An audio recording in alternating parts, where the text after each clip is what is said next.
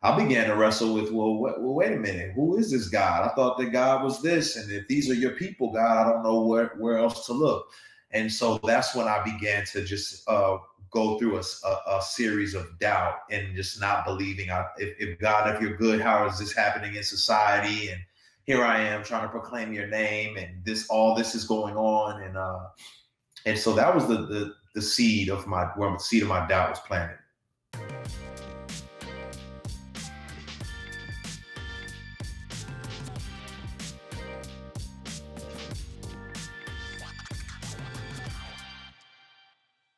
Well, thank you for watching another episode of the Jude 3 Project podcast. As always, I'm your host, Lisa Fields, the founder and president of the Jude 3 Project. And today we have a very special guest, Mr. Lecrae. Welcome, Lecrae. What's going on? How y'all doing? How you doing? It's good to have you on the podcast. We did some recording together for the documentary you have coming up, but we haven't had you. This is your first time on the actual Jude 3 Project podcast. So I'm excited to have you. For the people who may be living under a rock and don't know who you are, share just a little bit about yourself. I'll off the top, a lot of people know me as a music artist. Started an independent record label called Reach Records. Years back, we've been fortunate enough to use our time, our talents, our treasures to, articulate a Christian worldview through music, primarily hip hop music. Since then, I've just got myself involved in a lot of different things in terms of community activism and just leadership and father, husband, and servant of the Lord. And it's all I can say. That's what's up. Your song, it was, I can't remember the hook, but it was like Only Your Love was the first Christian rap song when I was in undergrad that I heard that I liked. I was like, oh, okay, this isn't bad. I found you on MySpace. And that was like the first song. Somebody had it on their page. So I know that's a throwback. I don't even know if you performed that song anymore. That is a throwback.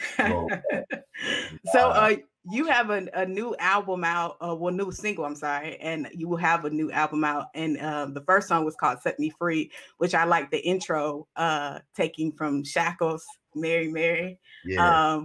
What was kind of the motivation behind Set Me Free? The motive behind Set Me Free was in going through my own process of restoration. I had to believe that, I was not a slave. I was not a slave to societal standards. I was not a slave to the ideals that I had come into the faith with. I was not a slave to the spiritual strongholds that were trying to pull me down. And so it was just an articulation of I am free, and I need to remind myself of that freedom that I have, even when I feel weighed down by the world, by life. And so that was the motivation. That's awesome. And I know you kind of have a book that tells us about that restoration journey and your kind of re-understanding your faith, which I've heard you talk about a little bit. What was the initial struggle for you with faith after becoming a believer? Because a lot of times we think when we're doing apologetics to unbelievers. But I think there's a large group of skeptics that sit in the pews because of experiences with people in the pews. So tell us a little bit about that. Yeah. Well, I had, coming from my background where I was a person whose identity was predicated on being validated, being affirmed.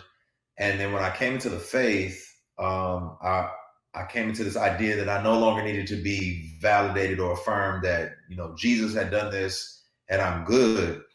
But, old habits die hard. And so a lot of those wounds and that trauma that I had been raised with, I hadn't dealt with them. And so I was beginning to use the validation of Christians and leaders as a sense of identity. And after Trayvon and Tamir and Philando and Eric Garner, you name it, I spoke out about some of those particular things.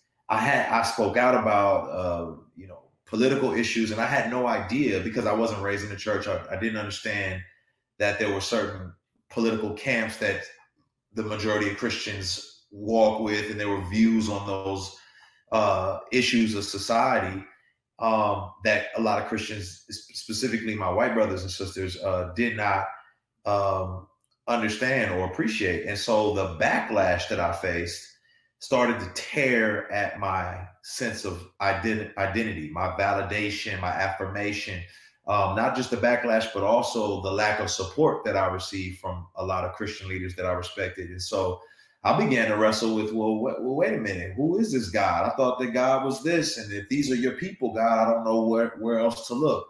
And so that's when I began to just go through a series of doubt and just not believing. If God, if you're good, how is this happening in society? And here I am trying to proclaim your name, and all this is going on. And so that was the seed of the seed of my doubt was planted. Mm-hmm. What kind of helped you through that space? Because I think a lot of people are there currently. What helped you through that? Yeah, the thing about you can't convince a person that God loves them. They have to experience it, right? Like I can say, God loves you, God loves you, God loves you. But when you're experiencing things, it's almost not until you're in a place where you've turned your back on God, you've begun to go a whole different direction, and yet he's still consistent. He's still faithful. He's still by your side. And that's what I was beginning to experience. I was experiencing that God was not transactional, that I couldn't turn him on and say, hey, fix this right now. But he was relational. He was willing to walk with me through the dark parts of my life. And how that manifested itself was me beginning to first, I was in a place of doubt and despair, which led to severe depression, severe anxiety. And when you're in a space like that, I was thinking there was no God. So I was running to science. And science and God are not mutually exclusive. As a matter of fact, a robust theology should include science, right? Mm-hmm. But what ended up happening for me is that in my pursuit of understanding what was going on with my mind, a lot of these principles that were showing up with these great scientists were biblical principles, and a lot of these concepts were biblical concepts. And I was like, I've heard this before, but just in a different way. And I began to say, okay, you know what? Let's say there is a God, and I just started with deism, and so this can extend kind of long, but to kind of shorten it up, this is what happened essentially. If I matter, if I have purpose, if I have worth, if there's any reason for me to find help for myself, where does that come from? Because if there's no God and I have no purpose and everything is just chaos and then I'm just a bunch of atoms and cells, then what's the point of me trying to find hope and healing and betterment? Nothing matters. And I was in a place where I did feel like I mattered. I did feel like I wanted health and wholeness. And so I had to believe that there was a God who designed me with purpose, with a standard of health and wholeness. So I said, okay, there is a God. Well, who is this God? Because I refused to go back into the portal of westernized Christianity that I had come from.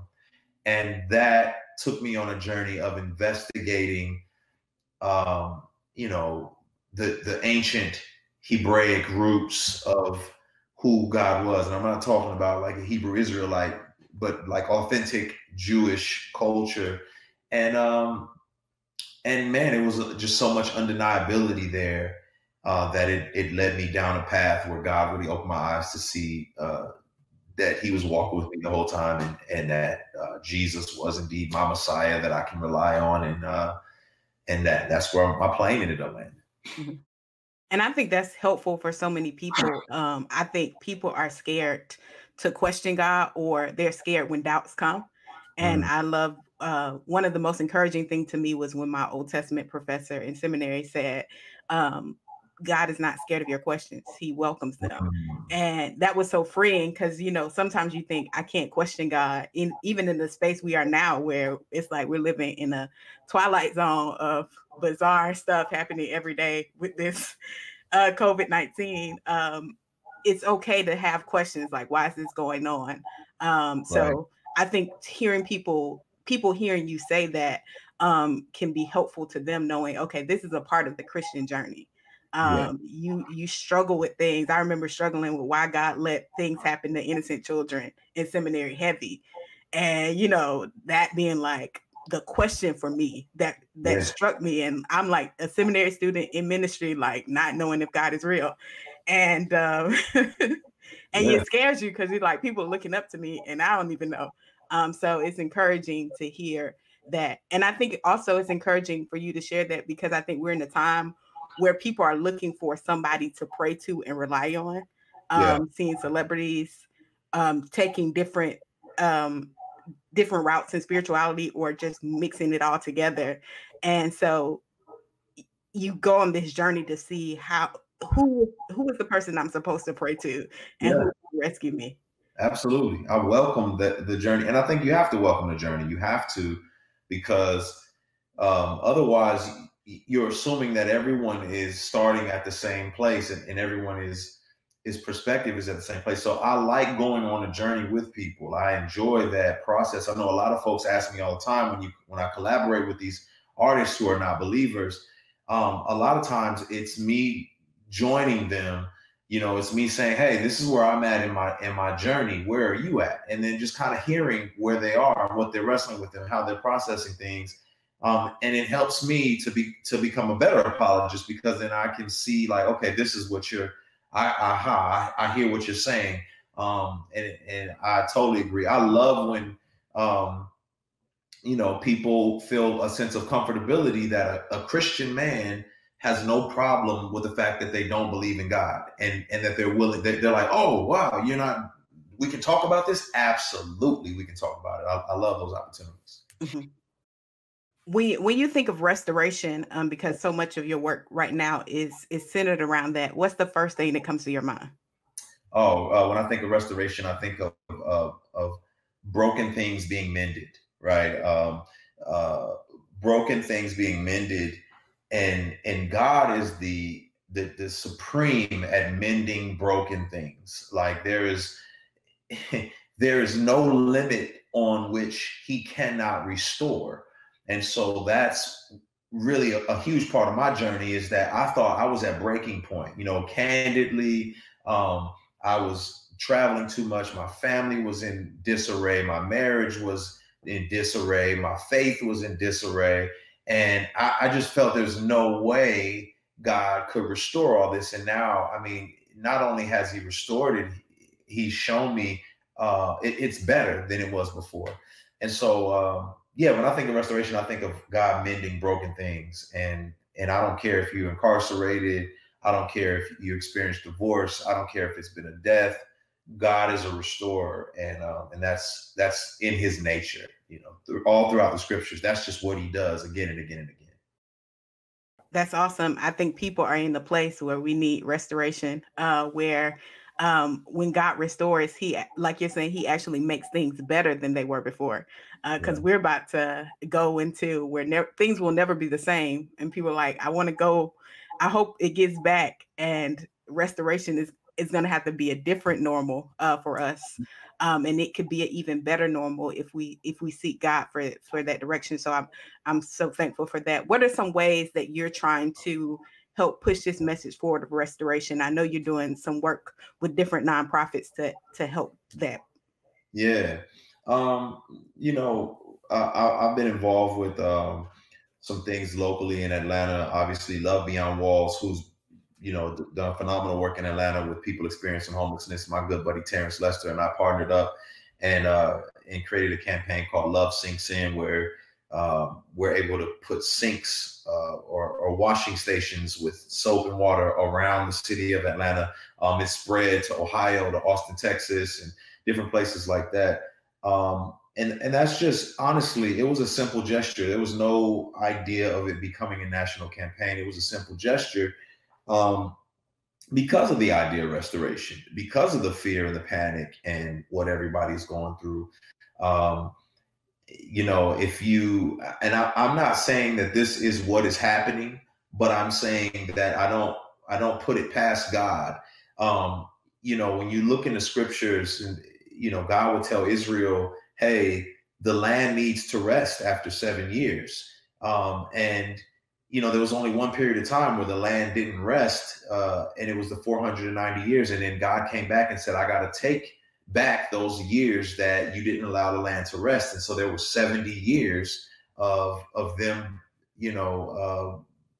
having to be away from their land in captivity. So I'm not saying that's what God is doing. I'm just saying that I don't put it past a great and mighty God to say, hey, y'all need to take care of my land and my people. Y'all need to, allow the things that I need to happen in my land, so that it's a demonstration of our stewardship and how we can, as Christians, be a part of the restorative process.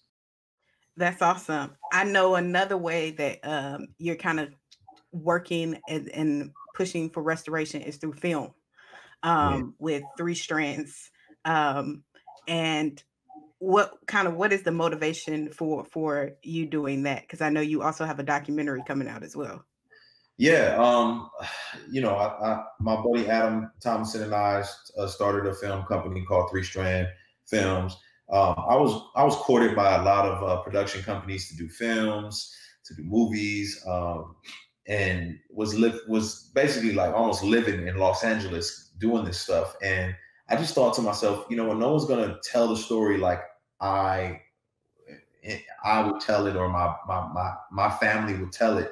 And so we wanted to combine forces to do that. And so we've created a documentary that'll be released in vignettes coming up, called Restoration, the documentary. And it will detail kind of how I ended up in the dark space that I was in, and then how I've gotten to a place of life and healing. And a lot of old wounds that caused me a lot of pain are brought up, and there's some real healing that happens there. And I'm talking about marriage, I'm talking about father wounds, I'm talking about all faith and doubt, and all of those things are we walk through them all.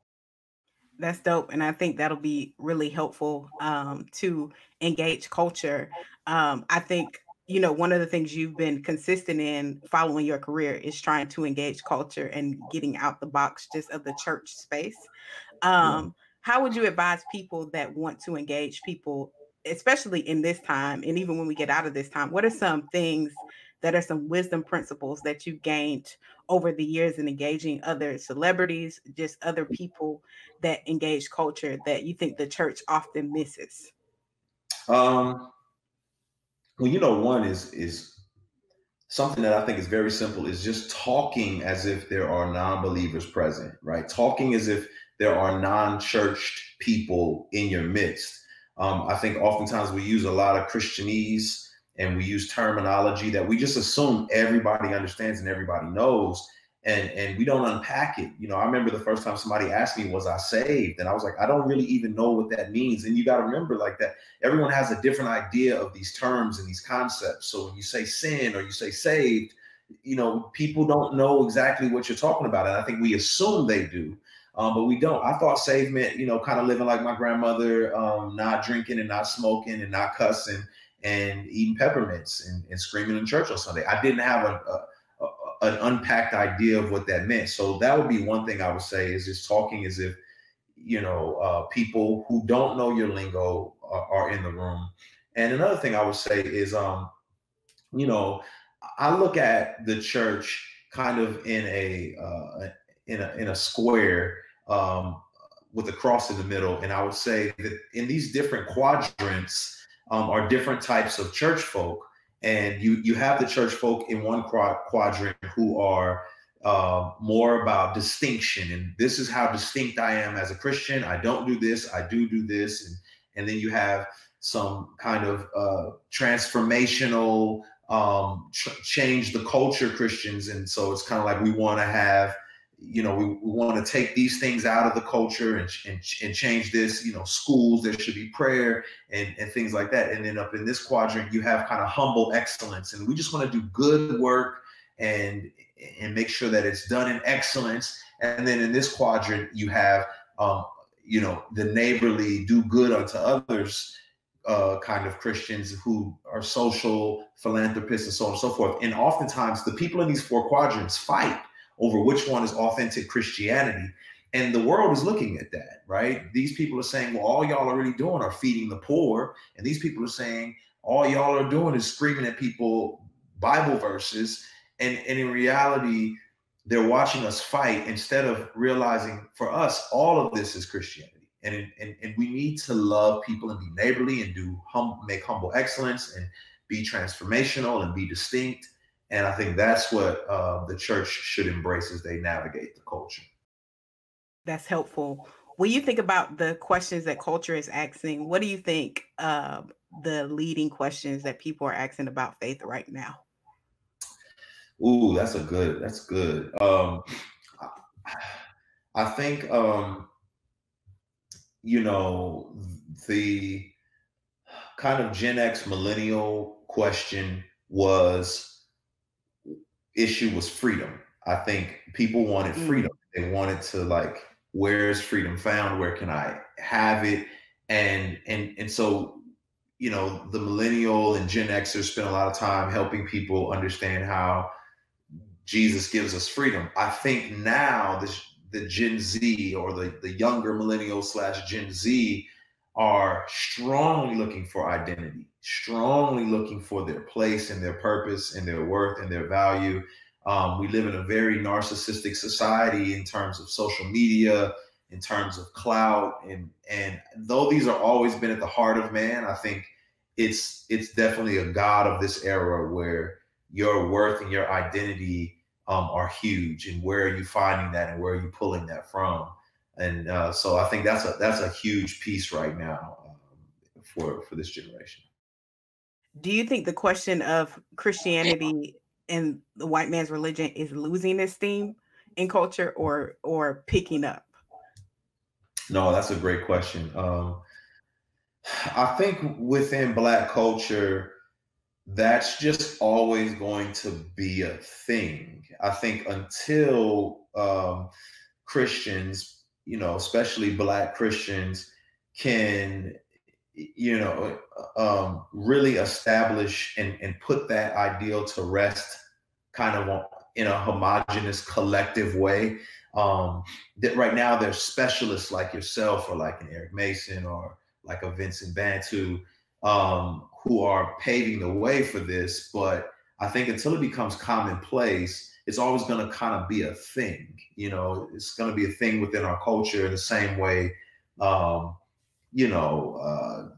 people will say, oh man, you're shucking and jiving, or you're whitewashed, or some certain things along those lines have just kind of always been and people are like, oh wow, I didn't realize that was what I was doing. So I think that'll always be an issue in our community.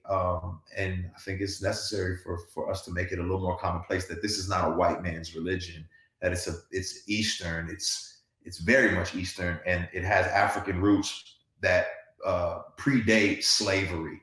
So that's helpful. One of the things I know that you are also is a businessman, and you've also developed partnerships that help kind of restore even in the business space. What kind of business partnerships should we be looking out for that you're working on?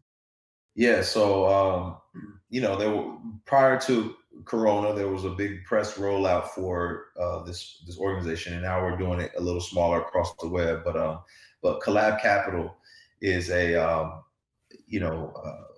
led by three incredible founders, Justin, Jewel, and Barry. Jewel is actually the first African American woman to sell her company to Amazon, but they are innovators and have created a fund, $50 million fund to that specifically aims at Black businesses. So I'm one of the partners in this fund, making sure that Black businesses get the opportunity to thrive. Oftentimes, they're looked over or not paid attention to in the business sector, and so it takes intentionality and investment in these particular companies to make sure that they can get the fair shot that they deserve.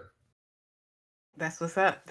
That's helpful. We definitely need that in our community, because Yeah, we often are behind in getting the funding that we man. need, unfortunately. So thank you for doing that. What would be your words, your final words about restoration that we might not have talked about that you want our audience to know? Oh man, I think on one end of the spectrum, obviously an album is coming out called Restoration. So support that album. We'll be dropping it in a time and in a season when, I can't travel around and promote it and things along those lines. So I made it for y'all. I hope it blesses y'all. But the biggest thing I would want people to walk away with is that God knows what he's doing, and he's not asleep at the wheel. He hasn't left you out to dry. And all of these things that we look at in society and the world, from the hurting to those who are struggling, is not,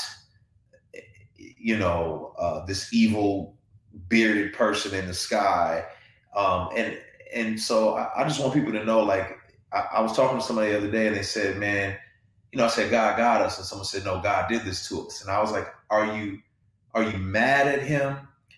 No, I don't even believe in him. I was like, you can't be mad at somebody you don't believe in. Mm. Now, if you believe in him, you've got to believe in who he is and believe in the consistency of his character throughout time, throughout scripture. And the consistency of his character is that he is a restorer. We see it in Jeremiah. He made a promise. He made a promise in Jeremiah 29:11 that he knows the plans for you, that they're good, plans to prosper you. He's talking to people who are in captivity. So there was a great promise, but it was because of a problem. And so God is always working behind the scenes through our calamities, through our pain, through the turmoil that happens for something greater in a grand narrative. And that greater includes you and I. That greater includes everyone out there who's struggling. He has great plans to restore. It's just a matter of us trusting him. It's a matter of us saying, you know what, you're in control. I rest in you. And that's what he wants us to do. He wants us to rest so he can do the restoration. That's what's up. What books would you, final question, what books would you recommend that's helped you in your journey, that's apologetic books that you say, man, you got to read this for our listeners? And also, what are your social media handles and how can people get in contact with you? Oh yeah. Social media handles out the way. I'll say, it's at Lecrae, Lecrae across all platforms.